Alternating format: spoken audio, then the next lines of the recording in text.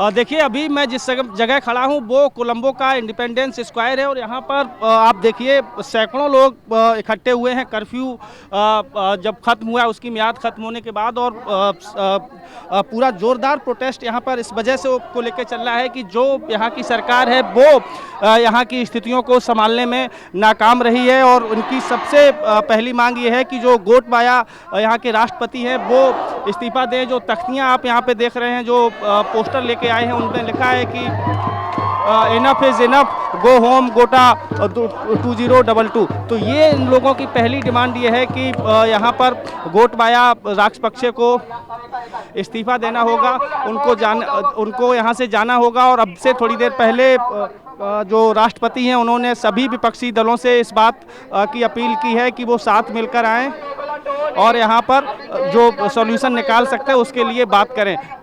प्रधानमंत्री आवास के बाहर प्रोटेस्ट चल रहा है, राष्ट्रपति भवन के बाहर प्रोटेस्ट चल रहा है और यहाँ पे बड़ी तादाद में यूथ इकट्ठे हुए हैं, सारे युवा हैं, आप देख सकते हैं। और ये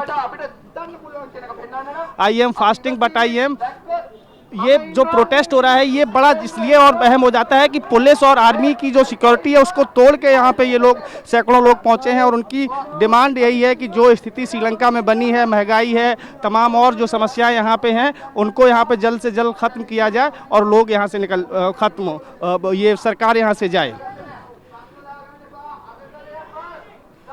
यहाँ पे कुछ लोगों से बात करने, मैं कोलंबो के इंडिपेंडेंस स्क्वायर पे हूँ और आप यहाँ पे देख सकते हैं कि बड़ी तादाद में स्टूडेंट्स बाहर निकल के आए हैं, प्रोटेस्ट कर रहे हैं मौजूदा सरकार के खिलाफ। और सबकी डिमांड ये है कि तुरंत जो कैबिनेट है वो इस्तीफा दे, श्रीलंका में चुनाव कराए जाएं और जो अभी हालात बने हैं श्रीलंका में, चाहे वो महंगाई के हों या बाकी सारी चीज़ों को, इसके लिए यहाँ की राजपक्षे सरकार जिम्मेदार है। हमको यहाँ पे एक हिंदी बोलने वाले मिले। क्या नाम है आपका? चतुरी।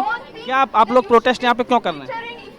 कि ये क्या है कि हमारे देश में जो पॉलिटिकल पार्टीज है, जो कैबिनेट बना हुआ है, वो लोग ने हमारे इतना खर्चा किया हुआ है और इतना स्लश फंड्स लिया हुआ है, हमें वापस वो चाहिए। हमारे पास पेट्रोल नहीं है, डीजल नहीं है, बेसिक राइट्स नहीं है, कुछ भी नहीं है। हमारा ह्यूमन राइट्स पूरा वायलेट हो गया है और हमें वापस चाहिए वो सब चीज़। हमारा फ्यूचर खराब हो गया है, हम कुछ भी नहीं कर सकते हो, बाहर भी नहीं जा सकते हो। हमें देखो इधर इतना पुलिस और मिलिट्री लगा हुआ है, हम कुछ भी उन लोग के खिलाफ कुछ भी नहीं बोल सकते हो। हमें वापस हमारा पैसा चाहिए और ये जो स्टेट है वो वापस बदलना चाहिए। जो हमें चाहिए वो लोग वापस आना चाहिए। कब से हालात खराब हुए यहाँ पे? बहुत साल से खराब है, बस जब से 2019 से यहाँ पे बहुत ज्यादा खराब है, क्योंकि वो लोग ईस्ट बॉम्ब अटैक से आ गया हुआ है। वो लोग ने बोला था कि टेररिस्ट अटैक के बाद हमारा राइट्स वापस देगा, कुछ नहीं किया है।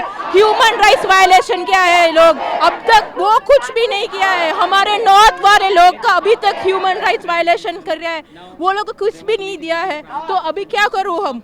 चाइना का भी कुछ रोल है इसमें, यहाँ पे वो लोग बताते हैं। बहुत है, हर जगह पे देखो वो चाइनीज डेवलपमेंट कॉर्पोरेशन कर रहे हैं और वो हमारे घर से 24 आवर्स निकाल दिया है। तुम देखो स्लेव आइलैंड, तुम देखो कोलंबो, तुम देखो सब जगह पे 24 आवर्स से हम सबको हमारे घर से निकाल दिया है।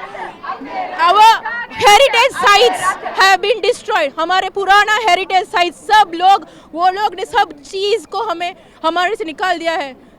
everything has been sold. ये सरकार जाने से सब कुछ ठीक हो जाएगा? सरकार से नहीं है, सब उन लोग का पैसा भी है। वो लोग इतना स्लश फंड्स लिया है, हमें वापस वो सब चीज चाहिए, वो स्लश फंड्स। सरकार जाने से नहीं होगा, सब उन लोग का जो भी पैसा उन लोग ने जमा किया हुआ है वो वापस हमें चाहिए।